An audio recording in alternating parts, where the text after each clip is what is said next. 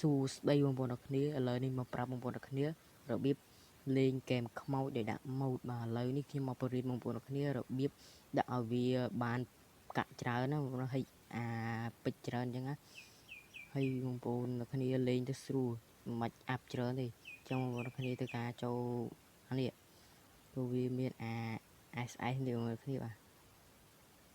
នេះកម្មវិធី SS នេះគឺគេហៅថាម៉ូដវាបងប្អូនអរគ្នាម៉ូដវាអញ្ចឹងបងប្អូនចុចលើវាមកបងប្អូនចង់បានកាក់ច្រើនវាបងប្អូនបើកទី3នេះមកហើយសម្រាប់ពេជ្ររូបផ្ទះបងប្អូនគ្នាចុចមកចុចបើកវាបងប្អូនគ្នាចុចបើកវាមកហើយមកចុច close វិញបងប្អូនចុចចូលលេងតែម្ដងទៅ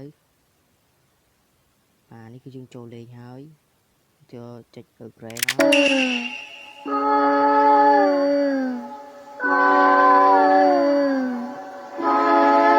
មកមិញរៀងលឿងតិចហើយបងប្អូនគ្នាភ្លេចបិទសំឡេងមកឥឡូវយើងទៅការដូរមនុស្សសិនដាក់ boy នេះមកយើងទៅការចូល start game មក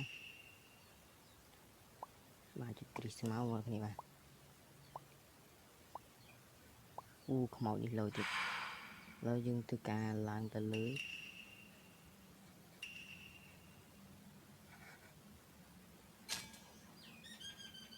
ហើយចូលផ្ទះនេះមកបងប្អូនគ្នាបាទ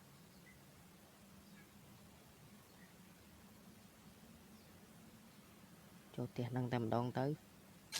ហើយជាមួយអាប់មកកាក់វាមានតែ20ទេយើងទៅការអាប់វាមក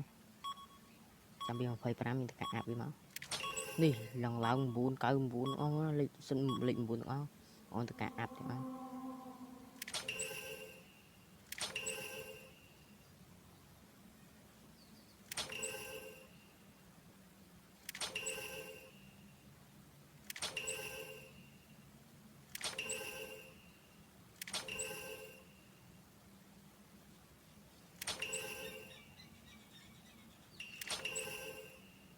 គឺអាប់មិនចេះអស់ទេបងប្អូនគ្នាបាទ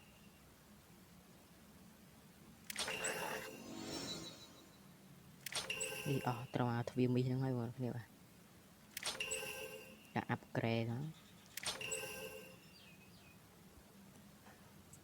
ការអាប់ដាក់កំភ្លើងមួយមកបងប្អូនគ្នា